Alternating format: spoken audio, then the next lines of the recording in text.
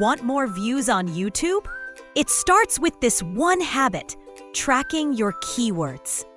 Every time you upload a video, YouTube uses your title, description, and tags to figure out who to show it to. But let's say you upload a video and it gets just one click. You look at the impressions and you see YouTube pushed it out to less than 10 people, and that's it. That's not a title or thumbnail problem, that's a visibility problem.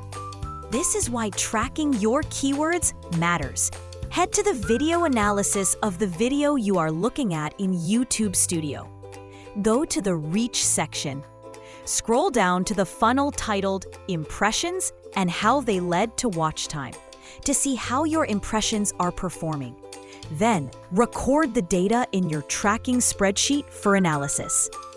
Once you have your data, calculate these two key metrics: Keyword Power Score and Visibility Score. Next, give your keywords a clear score using this system. Normalize scores. Divide each score by the highest value in your list. Blend the scores. Give equal weight to click potential and visibility. Rate it from 1 to 10 by keyword score equals round blended score times 10.